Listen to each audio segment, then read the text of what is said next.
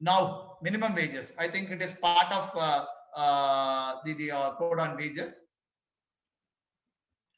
Yeah, so minimum wages will be applicable to all industries and employees, including managers when fixed. I think this is again going to be a major change. We all know that there is a schedule attached to the current Minimum Wages Act. So only those scheduled industries, the Minimum Wages Act will be applicable. That too, people working in those industries, if minimum rates of wages are fixed for those employments, only then it will become applicable. Now, I think across industries, there is not going to be any schedule. So it will be applicable to all industries. That is number one. Number two, this will be employee. I think on your right, I've just brought down the definition of the term employee, section 2K. It means any person. I think that includes managerial persons also, supervisors, and persons doing administrative jobs. So they are also now considered as employees under Minimum Wages Act. So there is a possibility for them also minimum rates of wages can be fixed. If fixed, I think we may have to follow that. Not only for workers, it will be applicable now for managers, supervisors, administrative persons, right? That is again going to be a major change. Then I think we discussed central government will fix the floor wages as per section 9, right? So when we say floor wages, it will be fixed by the central government. It may not be the uniform quantum across India, right? So it could vary geography wise. I think that is the reason, in fact, they are bringing in definition for metropolitan, non-metropolitan areas, right? That is how they are defining. So for metropolitan areas, there could be one quantum, right? For non-metropolitan, it could be a different quantum.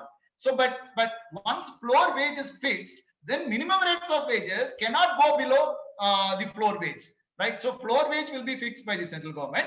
Minimum wages will be fixed by various appropriate governments, that is state governments. But the point here is they cannot fix a quantum which is less than the floor wages mentioned by the central government.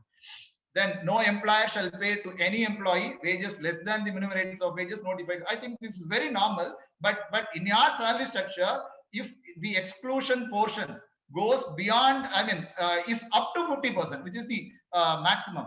So remaining 50% should be equivalent to minimum rates of wages now, right? Because you all know, as per the decision by the apex court in air freight case, right? So whatever is excluded from the definition of the term wages under the current Minimum Wages Act, excluding that, the remaining portion, if it is equivalent to or more than the minimum rates of wages, then that is considered as sufficient compliance, right? But that will change slightly if the same principle will continue, laid by a Supreme Court in air freight case. But if we apply that principle, because of the change in the definition, because there is a cap for the excluded part, there could be a slight change. So when you avail entire 50% to be excluded portion in one case, then the remaining 50% alone will be treated as wages. So you may have to ensure as employers that minimum rates of wages is equivalent to 50% of the total salary which you are paying to that individual, right?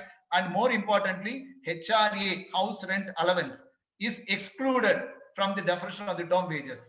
We all know, particularly when we pay minimum rates, mere minimum rates of wages. I think that happens with respect to contract workers in many of the cases, right?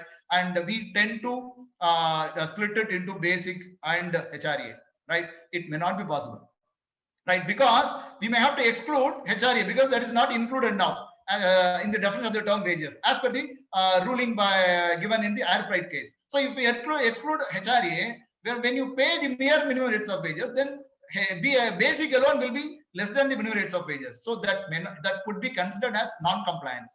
So particularly where you pay much higher than the minimum rates of wages, you may not encounter any problem. But where you pay the mere minimum rates of wages, if you split it into HRA, I think that may not be considered as sufficient compliance.